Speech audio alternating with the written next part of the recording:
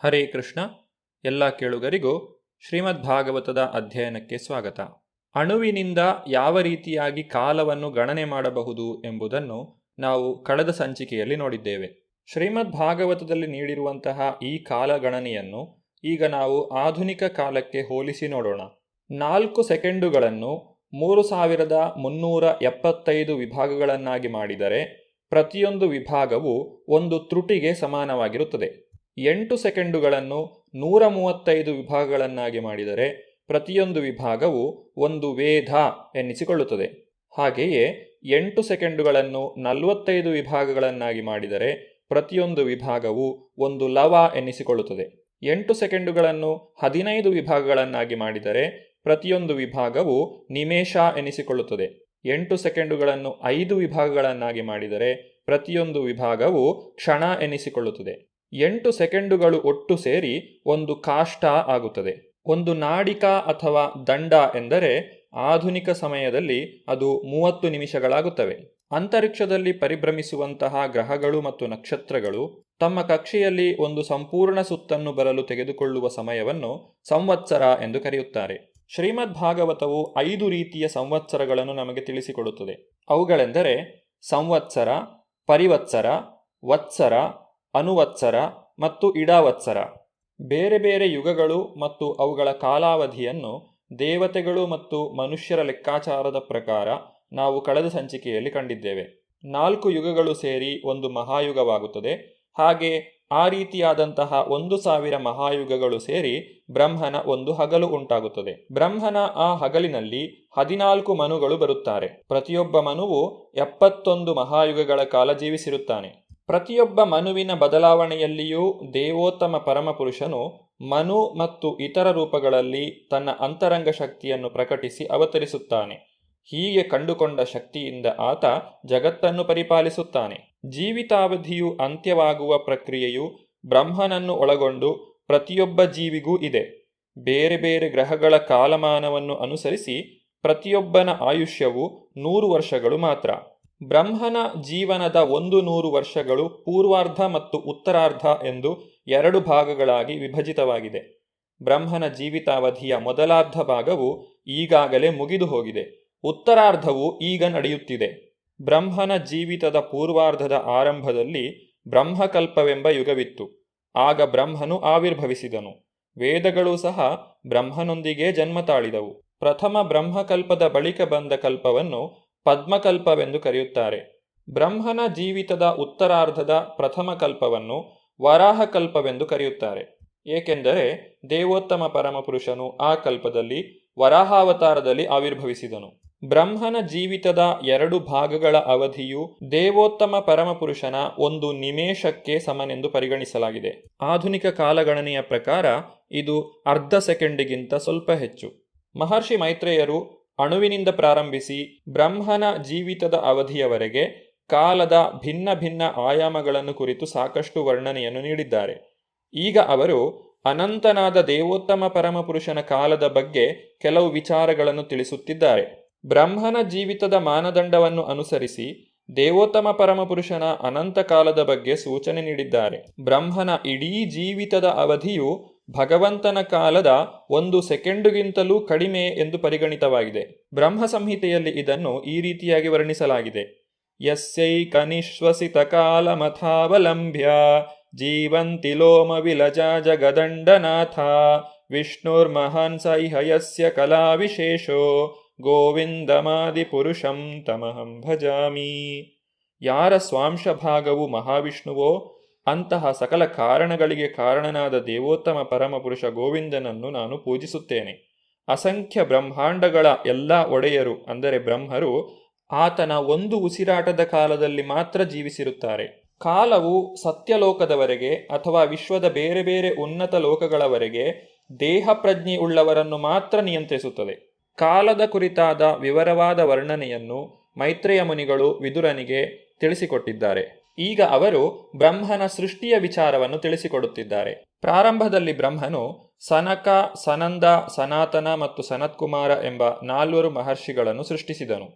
ಅವರೆಲ್ಲರೂ ಭೌತಿಕ ಚಟುವಟಿಕೆಗಳನ್ನು ಅಳವಡಿಸಿಕೊಳ್ಳಲು ಇಷ್ಟಪಡಲಿಲ್ಲ. ಏಕೆಂದರೆ ಅವರು ಊರ್ಧ್ವರೇತಸರಾಗಿ ಉನ್ನತ ಮಟ್ಟಕ್ಕೆ ಏರಿದವರಾಗಿದ್ದರು. ತನ್ನ ಮಕ್ಕಳನ್ನು ಸೃಷ್ಟಿಸಿದ ನಂತರ ಅವರನ್ನು ಕುರಿತು ಬ್ರಹ್ಮದೇವನು ಈ ರೀತಿಯಾಗಿ ಹೇಳಿದನು: ನನ್ನ ಪ್ರಿಯ ಪುತ್ರರೇ, ಈಗ ಸಂತಾನೋತ್ಪತ್ತಿಯನ್ನು ಮಾಡಿರಿ. ಆದರೆ ಅವರು ಮುಕ್ತಿಯನ್ನು ಗುರಿಯಾಗಿಸಿಕೊಂಡಿದ್ದರು. ಹೀಗಾಗಿ ಅವರು ತಮ್ಮ ಅನಿಚ್ಛೆಯನ್ನು ವ್ಯಕ್ತಪಡಿಸಿದರು. ತನ್ನ ಮಕ್ಕಳು ತನ್ನ ಮಾತನ್ನು ಕೇಳಲಿಲ್ಲ ಎಂಬ ವಿಚಾರವಾಗಿ ಬ್ರಹ್ಮನಿಗೆ ಕೋಪವು ಉಂಟಾಯಿತು. ಬ್ರಹ್ಮನು ಅದನ್ನು ತೋರಿಸದೆ ಅಡಗಿಸಿಕೊಳ್ಳಲು ಪ್ರಯತ್ನಿಸಿದನು. ಇದರಿಂದ ರುದ್ರನ ಜನನವಾಯಿತು. ಬ್ರಹ್ಮದೇವನು ರುದ್ರನಿಗೆ 11 ಹೆಸರುಗಳನ್ನು ನೀಡಿದನು. ಅವುಗಳೆಂದರೆ ಮನ್ಯು, ಮನು, ಮಹಿನಸ, ಮಹಾನ್, ಶಿವ, ಋತಧ್ವಜ, ಉಗ್ರರೇತ, ಭವ, ಕಾಲ, ವಾಮದೇವ ಮತ್ತು ಧೃತವ್ರತ. ಹಾಗೆಯೇ 11 ಜನ ರುದ್ರಾಣಿಯರನ್ನು ಈ ರೀತಿಯಾಗಿ ಹೆಸರಿಸಲಾಗಿದೆ: ಧೀ, ಧೃತಿ, ರಸಲಾ, ಉಮಾ, ನಿಯತ್, ಸರ್ಪಿ, ಇಲಾ, ಅಂಬಿಕಾ, ಇರಾವತಿ, ಸ್ವಧಾ ಮತ್ತು ದೀಕ್ಷಾ. ರುದ್ರನು ಬ್ರಹ್ಮನಿಂದ ಆದೇಶಿತನಾಗಿ ಕಠಿಣ ತಪಸ್ಸುಗಳನ್ನು ಆಚರಿಸಲು ಅರಣ್ಯವನ್ನು ಪ್ರವೇಶಿಸಿದನು. ಪ್ರಜಾಭಿವೃದ್ಧಿಗಾಗಿ ಬ್ರಹ್ಮದೇವನು 10 ಜನ ಗಂಡು ಮಕ್ಕಳನ್ನು ಪಡೆದನು: ಮರೀಚಿ, ಅತ್ರಿ, ಅಂಗಿರ, ಪುಲತ್ಸ್ಯ, ಪುಲಹ, ಕ್ರತು, ಭೃಗು, ವಶಿಷ್ಠ, ದಕ್ಷ ಮತ್ತು ನಾರದ. ನಂತರ ಸ್ವಯಂಭುವ ಮನುವು ಜನ್ಮವನ್ನು ಪಡೆದನು. ಆತನ ಪತ್ನಿಯ ಹೆಸರು ಶತರೂಪ. ಮನು ಮತ್ತು ಶತರೂಪರಿಗೆ 5 ಮಕ್ಕಳು, 2 ಗಂಡು ಮಕ್ಕಳು ಮತ್ತು 3 ಹೆಣ್ಣು ಮಕ್ಕಳು. ಅವರ 2 ಗಂಡು ಮಕ್ಕಳ ಹೆಸರು ಪ್ರಿಯವೃತ ಮತ್ತು ಉತ್ತಾನಪಾದ. ಹೆಣ್ಣು ಮಕ್ಕಳ ಹೆಸರು ಆಕೂತಿ, ದೇವಹೂತಿ ಮತ್ತು ಪ್ರಸೂತಿ. ಸ್ವಯಂಭುವ ಮನುವು ತನ್ನ ಪ್ರಥಮ ಪುತ್ರಿಯಾದ ಆಕೂತಿಯನ್ನು ರುಚಿ ಎಂಬ ಪ್ರಜಾಪತಿಗೂ, 2ನೆಯ ಮಗಳಾದ ದೇವಹೂತಿಯನ್ನು ಕರ್ದಮನಿಗೂ, ಕಿರಿಯ ಪುತ್ರಿಯಾದ ಪ್ರಸೂತಿಯನ್ನು ದಕ್ಷನಿಗೂ ಕೊಟ್ಟು ಮದುವೆ ಮಾಡಿದನು. ಈ ರೀತಿಯಾಗಿ ಸೃಷ್ಟಿ ಕಾರ್ಯವು ಪ್ರಾರಂಭವಾಯಿತು. ನಂತರ ಮುಂದಕ್ಕೆ ಮೈತ್ರೇಯರು ವಿದುರನಿಗೆ ಭಗವಂತನ ಮೊದಲ ಅವತಾರವಾದ ವರಾಹಾವತಾರದ ಕುರಿತಾಗಿ ತಿಳಿಸುತ್ತಾರೆ. ಗರ್ಭೋದಕ ಸಾಗರದಲ್ಲಿ ಮುಳುಗಿರುವ ಪೃಥ್ವಿಯನ್ನು ಮೇಲೆತ್ತಲು ಬ್ರಹ್ಮನು ಆಲೋಚನಾಮಗ್ನನಾಗಿದ್ದನು. ಆಗ ಒಂದು ಸಣ್ಣ ವರಾಹವು ಅವನ ಮೂಗಿನಿಂದ ಹೊರಗೆ ಬಂದಿತು. ಅದು ಬ್ರಹ್ಮನ ಅಂಗುಷ್ಟದ ಮೇಲ್ಭಾಗಕ್ಕಿಂತ ದೊಡ್ಡದಾಗಿರಲಿಲ್ಲ. ಬ್ರಹ್ಮನು ಅವನನ್ನು ನೋಡುತ್ತಿದ್ದಂತೆಯೇ ಆ ವರಾಹವು ಬೃಹದಾಕಾರದ ಆನೆಯ ಅದ್ಭುತ ರೂಪವನ್ನು ತಾಳಿ ಗಗನದಲ್ಲಿ ಉಪಸ್ಥಿತವಾಯಿತು. ಆಕಾಶದಲ್ಲಿ ವರಾಹದ ಆ ಅದ್ಭುತ ರೂಪವನ್ನು ಕಂಡು ಆಶ್ಚರ್ಯಚಕಿತನಾದ ಬ್ರಹ್ಮನು ಮರೀಚಿಯಂತಹ ಮಹಾಬ್ರಾಹ್ಮಣರು, ಕುಮಾರರು ಹಾಗೂ ಮನುವಿನೊಂದಿಗೆ ನಾನಾ ರೀತಿ ತರ್ಕ ಮಾಡತೊಡಗಿದನು. ಬ್ರಹ್ಮನು ತನ್ನ ಪುತ್ರರೊಂದಿಗೆ ಚರ್ಚಿಸುತ್ತಿದ್ದಾಗ ದೇವೋತ್ತಮ ಪರಮಪುರುಷ ವಿಷ್ಣುವು ಮಹಾನ್ ಪರ್ವತದಂತೆ ಕಾಣಿಸಿಕೊಂಡು ಘನಘೋರವಾಗಿ ಘರ್ಜಿಸಿದನು.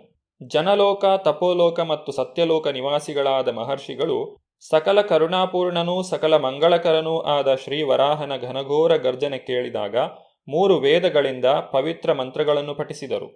ಗಜೇಂದ್ರನಂತೆ ಕ್ರೀಡೆಯಾಡುತ್ತಾ ಮಹಾಭಕ್ತರ ವೇದಸ್ತುತಿಗಳಿಗೆ ಉತ್ತರ ರೂಪವಾಗಿ ಭಗವಂತನು ಮತ್ತೊಮ್ಮೆ ಗರ್ಜಿಸಿ ಜಲಪ್ರವೇಶ ಮಾಡಿದನು.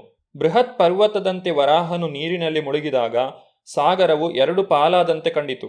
ಸಾಗರದ ಭುಜಗಳಂತೆ 2 ಅಲೆಗಳು ಪ್ರತ್ಯಕ್ಷವಾದವು. ಎಲ್ಲ ಜೀವಿಗಳ ಆಶ್ರಯ ತಾಣವಾದ ಭೂಮಿಯನ್ನು ಮೇಲಕ್ಕೆತ್ತಿದನು. ಭಗವಾನ್ ವರಾಹನು ಬಹು ಸುಲಭವಾಗಿ ತನ್ನ ಕೋರೆಗಳಿಂದ ಪೃಥ್ವಿಯನ್ನು ಹಿಡಿದು ನೀರಿನಿಂದ ಮೇಲಕ್ಕೆ ಬಂದನು. ಹೀಗೆ ಅವನು ಬಲು ಭವ್ಯವಾಗಿ ಕಂಡನು. ಅವನ ಕೋಪವು ಸುದರ್ಶನ ಚಕ್ರದಂತೆ ಪ್ರಜ್ವಲಿಸುತ್ತಿತ್ತು. ಆ ಕ್ಷಣವೇ ಅವನು ತನ್ನ ಮೇಲೆ ಯುದ್ಧ ಮಾಡಲೆತ್ನಿಸಿದ ಹಿರಣ್ಯಾಕ್ಷನನ್ನು ಸಂಹಾರ ಮಾಡಿದನು. ಆ ಸಂದರ್ಭದಲ್ಲಿ ಸಕಲ ಋಷಿವರೇಣ್ಯರು ಬಹಳ ಗೌರವದಿಂದ ಭಗವಂತನ ಸ್ತುತಿ ಮಾಡಿದರು. ಶ್ರೇಷ್ಠ ಮುನಿಗಳಾದ ಮೈತ್ರೇಯರಿಂದ ಭಗವಂತನ ವರಾಹಾವತಾರದ ಬಗ್ಗೆ ಕೇಳಿದ ನಂತರ ಇನ್ನೂ ಸಂಪೂರ್ಣ ತೃಪ್ತಿ ಪಡೆಯದ ವಿದುರನು ಭಗವಂತನ ದಿವ್ಯ ಚಟುವಟಿಕೆಗಳನ್ನು ಮತ್ತಷ್ಟು ನಿರೂಪಿಸಬೇಕೆಂದು ಕೈಮುಗಿದು ಪ್ರಾರ್ಥಿಸಿದನು. ಭಗವಂತ ಮತ್ತು ದಾನವ ಹಿರಣ್ಯಾಕ್ಷ ಇವರ ನಡುವೆ ನಡೆದ ಯುದ್ಧದ ಕುರಿತಾಗಿ ವಿದುರನು ಮೈತ್ರೇಯರನ್ನು ಪ್ರಶ್ನಿಸಿದನು. ಆಗ ಮೈತ್ರೇಯರು ಹಿರಣ್ಯಾಕ್ಷನ ಜನ್ಮದ ಕುರಿತಾಗಿ ವಿದುರನಿಗೆ ತಿಳಿಸಿದರು. ದಕ್ಷನ ಪುತ್ರಿಯಾದ ದಿತಿಯು ಸಂತಾನವನ್ನು ಪಡೆಯುವಂತಹ ಉದ್ದೇಶದಿಂದ ಮರೀಚಿಯ ಪುತ್ರನಾದ ತನ್ನ ಪತಿ ಕಶ್ಯಪನನ್ನು ಸಂಧ್ಯಾಕಾಲದಲ್ಲಿ ಬೇಡಿಕೊಂಡಳು. ಸೂರ್ಯನು ಮುಳುಗುತ್ತಿದ್ದ ಆ ಸಮಯದಲ್ಲಿ ಕಶ್ಯಪ ಮುನಿಯು ಸಮಾಧಿಯಲ್ಲಿ ತಲ್ಲೀನನಾಗಿ ಕುಳಿತಿದ್ದನು. ದಿತಿಯ ಒತ್ತಾಯಕ್ಕೆ ಮಣಿದು ಕಶ್ಯಪ ಮುನಿಯು ಆ ಸಂಧ್ಯಾಕಾಲದಲ್ಲಿಯೇ ಆಕೆಯ ಆಸೆಗಳನ್ನು ಈಡೇರಿಸಿದನು. ನಂತರ ಕಶ್ಯಪ ಮುನಿಯು ತನ್ನ ಪತ್ನಿಯಾದ ದಿತಿಯಲ್ಲಿ ಈ ರೀತಿಯಾಗಿ ನುಡಿದನು: ನಿನ್ನ ಮನಸ್ಸು ಕಲುಷಿತವಾದ್ದರಿಂದ, ಆ ಸಮಯವು ದೋಷಪೂರಿತವಾದುದರಿಂದ, ನನ್ನ ನಿರ್ದೇಶನಗಳನ್ನು ನಿರ್ಲಕ್ಷಿಸಿದ್ದರಿಂದ ಹಾಗೂ ದೇವತೆಗಳನ್ನು ನೀನು ಉಪೇಕ್ಷಿಸಿದ್ದರಿಂದ ಪ್ರತಿಯೊಂದು ಅಮಂಗಳಕರವಾಗಿದೆ. ನಿನ್ನ ಗರ್ಭದಲ್ಲಿ 2 ತುಚ್ಛರಾದ ಪುತ್ರರು ಜನಿಸುತ್ತಾರೆ.